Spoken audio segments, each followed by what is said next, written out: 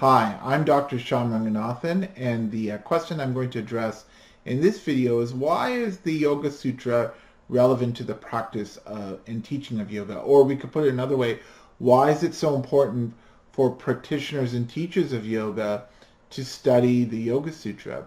So this question kind of cuts to the core or the essential issue of what it is that you're doing when you're doing yoga. Because when people do yoga, right, there's one way to look at it where it's just physical exercise and, you're breathing, but look, we breathe all the time and lots of people do physical exercise, but that isn't necessarily, we don't count that as yoga.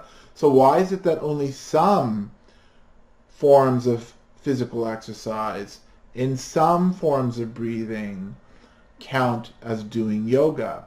And for that, we need to look to the Yoga Sutra, where the essential ideas and practices of yoga is set out for us some 2,000 years ago by Patanjali.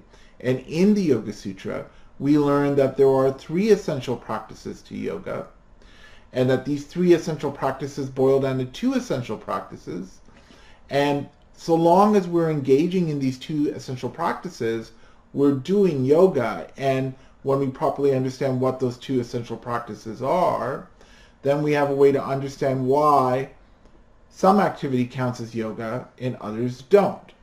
Okay, but, and I think this is a really interesting implication of this, is that when we understand what these 2 essential practices are, then we have a way to understand how all of our life can be an exploration of yoga, because these 2 essential practices are so basic